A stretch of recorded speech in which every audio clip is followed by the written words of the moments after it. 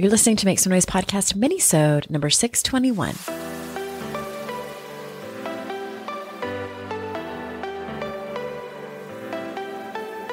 Welcome to Make Some Noise podcast, your guide for strategies, tools, and insight to empower yourself. I'm your host, Andrea Owen, global speaker, entrepreneur, life coach since 2007, and author of 3 books that have been translated into 18 languages and are available in 22 countries. Each week, I'll bring you a guest or a lesson that will help you maximize unshakable confidence, master resilience, and make some noise in your life. You ready? Let's go. Hi, everyone. Welcome to another episode of the podcast. I am so glad that you're here with me today during this mini-sode. And before we jump in, I have some excellent content for you coming up. But before we do that, I am curious if you would be interested in coming out to North Carolina for a Daring Way retreat. What's the Daring Way, you ask? Such a good question. It is the curriculum that I am certified to facilitate as a Daring Way facilitator, also sometimes called Daring Greatly facilitator. It is the research and methodology of Dr. Brené Brown. You might be familiar with her and her work. It is all about shame resilience, but more specifically, it is lessons, curriculum, ways of being around vulnerability, around courage, around connection. Lots in there about self-compassion, trust, self-trust, accountability, all the good stuff that we're all here for. And you might be thinking, well, I don't walk around having a lot of shame. I don't feel ashamed a lot of the time. If you read How to Stop Feeling Like Shit, I addressed this in the beginning of the book. It's not that we do that. It's not that we walk around feeling ashamed. It's all the behaviors that we do to try to avoid shame. It's the people pleasing. It's the numbing out. It's the isolating instead of reaching out for help. It's the perfectionism. It's the pretending. It's the blaming. It's the lashing out. All of those things that I wrote about in How to Stop Feeling Like Shit are coping mechanisms that we employ in order to try to avoid shame. So we address all of that in the Daring Way. And I love facilitating it. I've been doing it for 10 years this summer. It's hard to believe. 10 years. And I love doing it online. And I also love doing it in person. And I would love to do it in person again. And if you're interested, I would love for you to sign up for the interest list. This does not obligate you to actually sign up, but just lets me gauge like how many people are interested. AndreaOwen.com/retreat. And on that page, you can read all about it. You can look through the curriculum, see who it's for, see if it might be for you. And I'm trying to keep the cost down now because I know just blueberries are expensive. So I'm doing things in order to keep the cost down for this particular retreat. All right, let's get into the content, shall we? I wanted to talk to you today about one of the topics that is fairly common with one-on-one clients that I work with. Sometimes clients come to me for work-life balance, especially if it's a career coaching situation. I work with a lot of women, corporate women, in all different industries. And a lot of them are really struggling with their work-life balance. And even if it's not a corporate coaching thing, sometimes people come overwhelmed, feeling like they have too many plates spinning, too many hands in different cookie jars. They are doing too much for too many people, and they're exhausted. They know that they have either reached the end of their rope or they're coming very close to it. And the resentments are starting to set in. Or maybe the resentments have been there for a minute. Sometimes I get clients who are in these situations and it's fairly clear they are in burnout. They've been in burnout for a while.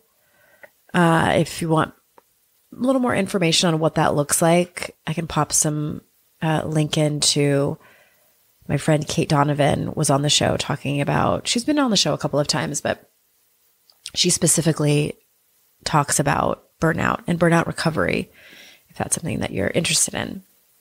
So clients come to me and they are struggling to sometimes they're struggling to figure out what the problem is, and we quickly figure out that it's that. And sometimes they know that they're struggling with these topics, work-life balance, overwhelm, and they want to know. A lot of times they'll come and they'll say, like, I want to know how to manage all this better. You know, like, how do I get more hours in the day? How do I get more organized? How do I prioritize better? And after hearing about their life and all the things they're responsible for, the lack of help that they're getting, so many times it's affecting their physical health. They're not getting enough sleep. I have to remind them that this isn't about, it's just not humanly possible for them to get more hours in the day, to be able to do more or to do what they're doing more effectively. It's just not humanly possible for one person. So then the conversation and the goal has to shift over to something else. It becomes about setting boundaries. It becomes about having hard and uncomfortable, but absolutely necessary conversations. So that's what the shift is. So I want you to think about that for a minute. If you are somebody who's feeling overwhelmed, feeling like you don't have a handle on work-life balance, and you've been thinking about it for a long time, it seems so abstract. First, I want you to think about, look at everything that you are responsible for. Look at all the managing, the operations that is running around in your head, or even if you're organized about it.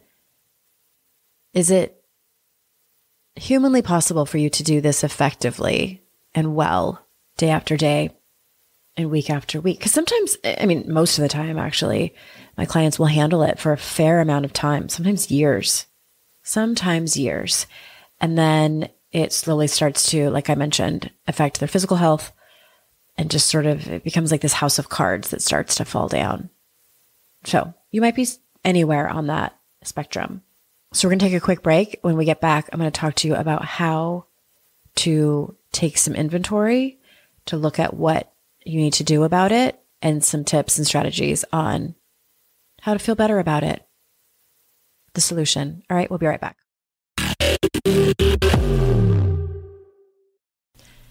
Today's podcast is sponsored by MIDI Health. If you're like me, a woman over 40 dealing with things like hot flashes, insomnia, brain fog, mood swings, vaginal dryness, or weight gain, you don't have to accept it as just another part of aging. These symptoms can be linked to hormonal changes during perimenopause and menopause. And the experts at MIDI Health understand what you're going through and know how to assist. MIDI clinicians specialize in menopause care, offering safe, effective, FDA-approved treatments. And MIDI care isn't covered by insurance, which is amazing. You don't have to push through this alone. Schedule a virtual visit to discuss your symptoms and health history in detail. You'll leave feeling heard and with a plan to start feeling so much better. You deserve to feel great. Book your virtual visit today at joinmidi.com. That's joinmidi.com, joinmidi.com. If you're a parent, I invite you to join us at the Mindful Mama podcast, where it's all about becoming a less irritable, more joyful parent. With sometimes hilarious and always thought-provoking experts and friends, at Mindful Mama, we know that you cannot give what you do not have. And when you have calm and peace within, then you can give it to your children. I'm Hunter Clark Fields, and I can't wait to see you there. Listen in to the Mindful Mama podcast. Feel like you're the martyr in your family? You're not alone. Hey, this is Joanne. And Bree. And we're from the No Guilt Mom podcast. Bree, we talk to a lot of moms. Yeah, we sure do. And if you're a mom who has a to-do list that is so massive that you get overwhelmed and you shut down, or if you fall into the habit of doing everything for everyone and don't know how to change it, we can help you become a no-guilt mom. we're going to take you from family martyr to family model. That's role model, so that you role model the behavior that you want to see out of your kids. You're going to go from being tired and overwhelmed to energized and guilt free. Every week, you'll get actionable strategies that you can implement right away from the experts that we interview and from us. We also have a whole lot of fun, so check out the No Guilt Mom podcast everywhere you listen to your favorite shows.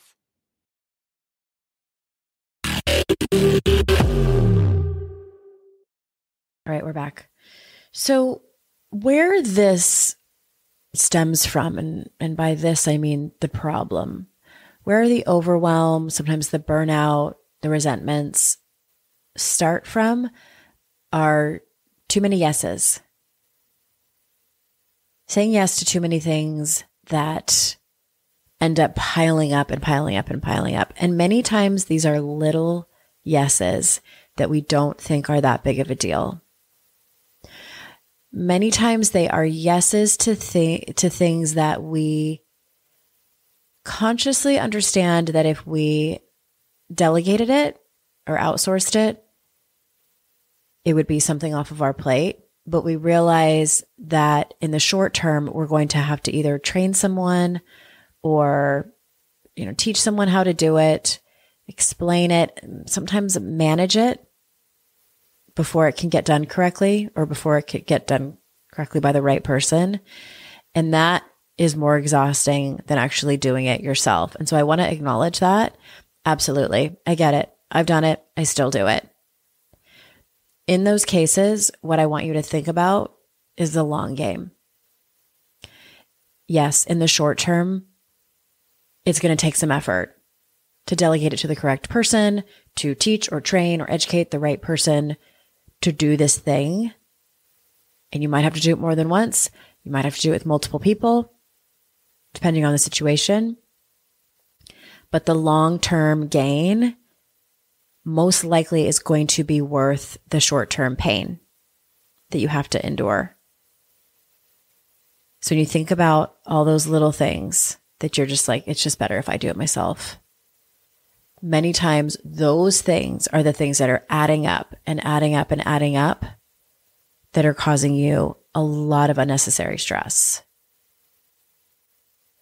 So your first step might be pausing to make a list of the things that, like, what are those? What are those small things? I do this with people when we're doing corporate coaching, when I'm coaching them at work. What are these small things that you've just sort of like slowly started to take on, or it was a temporary project that somebody needed help with? It's outside your job description, but you do it anyway.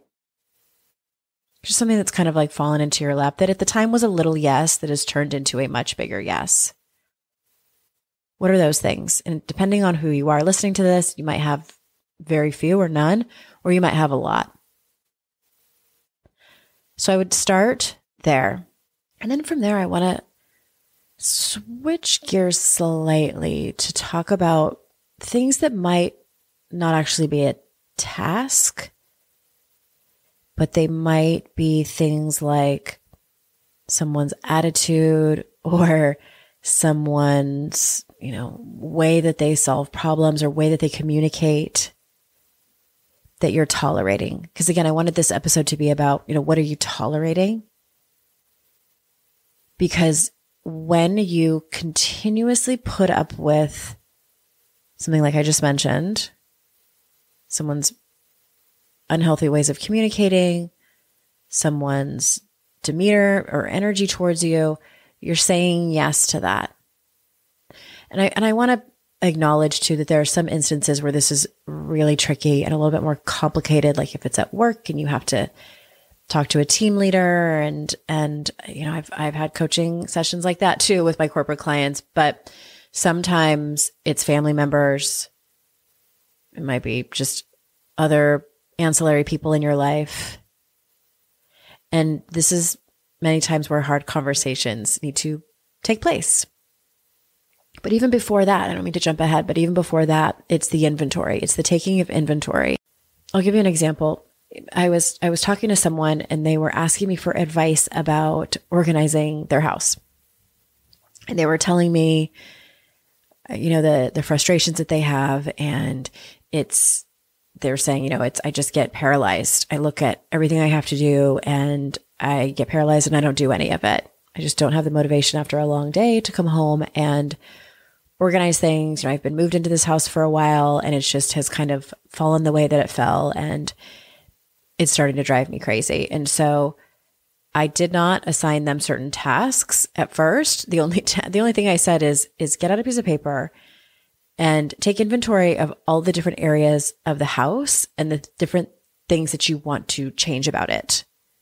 What are the tasks? Break it down as small as you can, because you need to look at that and look at, first of all, like, let's acknowledge and have some grace for yourself that this isn't done, because it's a huge task. It's pretty monumental. This is not something that you would get done even in a weekend, even in a whole weekend. If you dedicated the whole weekend to it, it would likely not get completely done.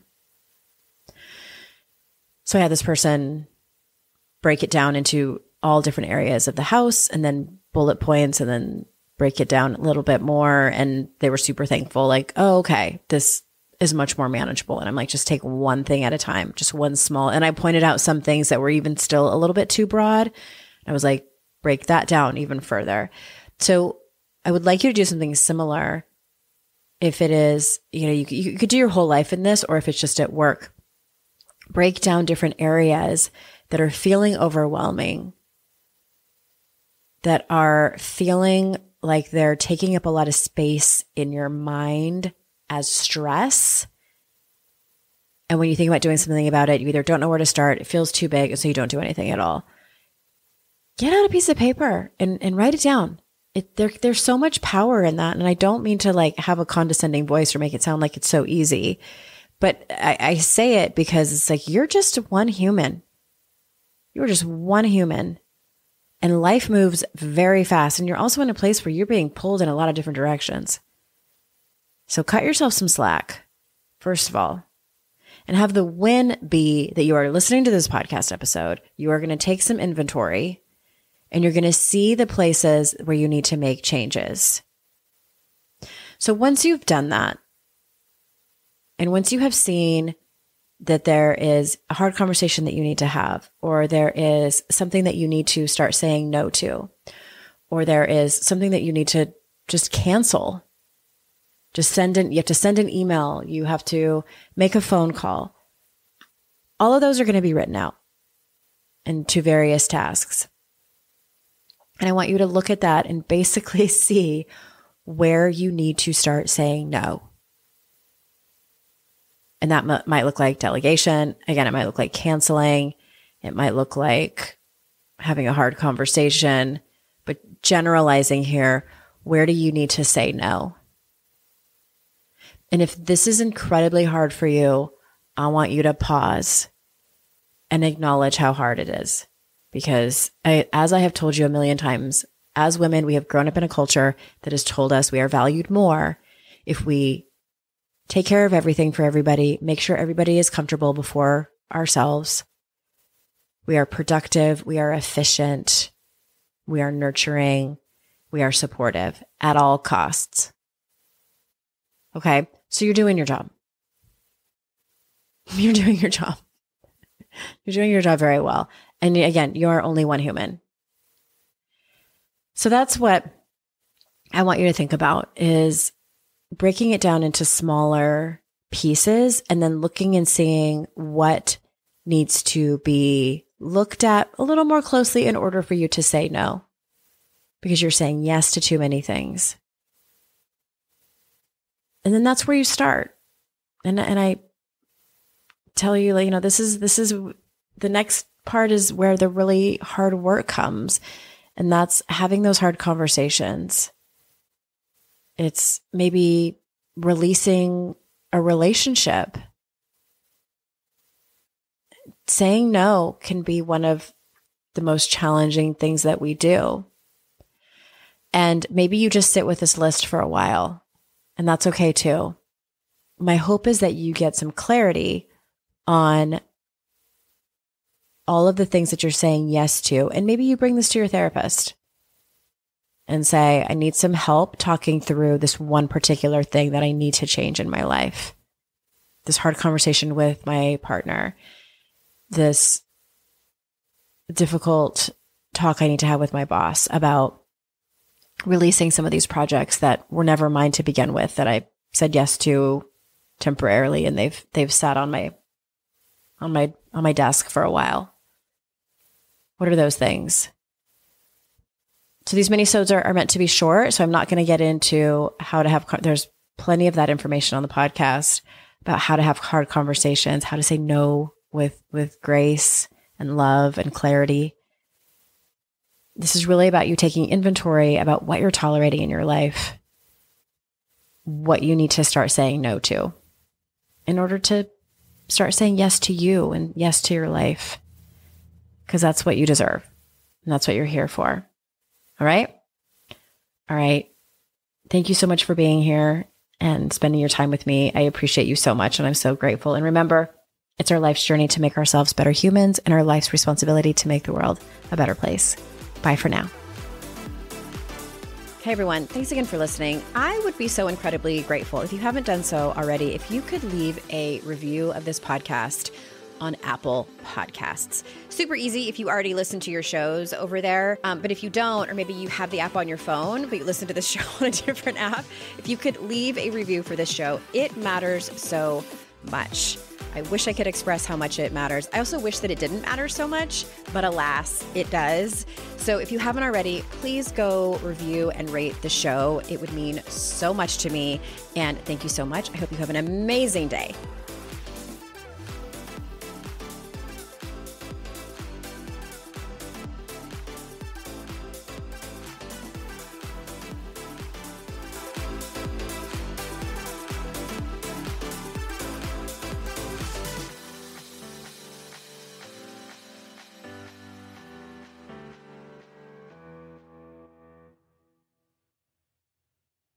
When it comes to raising kids, there's so much to consider. Things like, what do we feed them? When do we feed them? How do they sleep? What does it look like to raise kind kids? How does their nervous system work? How do I keep myself calm? What are my triggers? There's so much that comes into play, and we are distilling all of that information for you at Voices of Your Village podcast, where we bring experts in the field of early childhood and education and psychology and across the board so that you don't have to comb the internet for information. You get to show up and hang out and have shame-free, judgment-free conversations and insights into what it looks like to raise kind, empathetic, emotionally intelligent humans. I'm Alyssa Blask Campbell. I have a master's degree in early childhood education. I'm a mom of 2, and I am walking this journey right alongside you doing this work. Come hang out with me at Voices of Your Village, and we can dive into real conversations with actionable tips.